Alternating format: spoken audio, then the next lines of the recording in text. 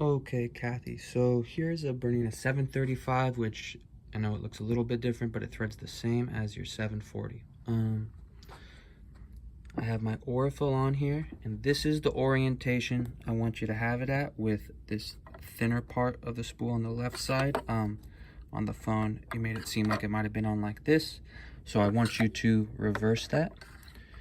And if you look at that orange plastic, there's some rough edges on that, and the most common reason we see the issue that you're having where you cut and the thread snaps out of the needle is because the thread is getting snagged, and usually it's getting snagged on the plastic parts, the plastic of the spool.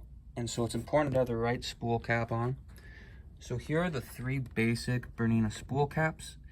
And like I said on the phone, you want the spool cap to be slightly larger than that orange edge of plastic. So this is the largest one. We're not going to use that. You can count those out. These 2, you can use. This one you could use for your aurifill, or you could use this one. I'll use this one just because it should work. And you see how I have it? And I know there's a little confusion from people about this. I like having it like this. I think this is the way you should have it. So orient your thread like this. We're gonna go thread the machine. We have the pressure foot not in the down position, but in the raised position, so that we can get it in between our upper tension discs. So I take my thread,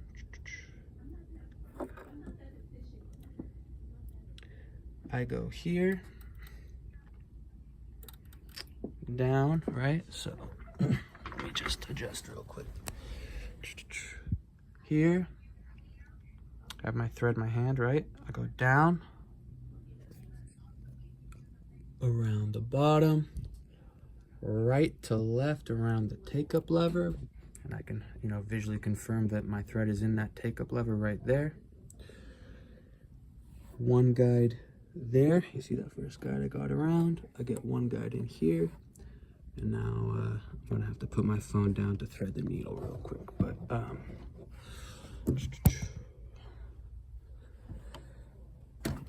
go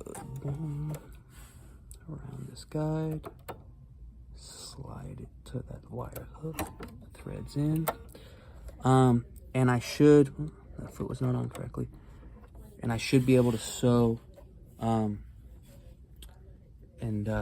I should be able to sew now and cut the thread and have it. Let me show you how it should look real quick.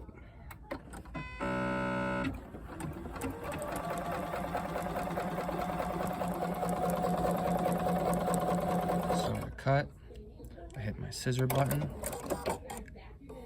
it cuts, and yeah, I mean, it leaves a good length of thread there, right? So if your machine is not leaving that amount of thread, probably an issue. One thing I just want to go over real quick, if you do all this and it's still, if you do everything I just said in this video and it's still having this problem, what you can do is you thread the machine up, except you don't thread the needle, okay? You put the presser foot in the lower position like this, and you do something we call the pull test. So with the presser foot down, we should have tension, and with the presser foot down, you pull, you should feel some good tension there. Now, if you put the presser foot up, you should feel no tension, or like very light drag. And your issue with the thread trimmers, if I have my presser foot up like this, so very no tension, very light drag, and I pull and I can feel a snag, that snag 9 out of 10 times, wherever it is what's causing the thread to come out of the needle. So doing this test right here, if I feel a snag, if you can locate the snag, maybe on your spool cap there's a snag, like a sharp edge or something. Maybe it's getting caught up in a weird area, like I've seen people get the thread caught up behind, back here on the far right side of the spool. So trying to locate that snag, getting rid of it, and that should get rid of your issue. Now, unfortunately, it could be something we missed during the service, and if that happened, I apologize, and we'll probably have to see the machine. But watch this video, like you must have already done to get to this point, and see if you can't locate the problem yourself, and we'll talk tomorrow.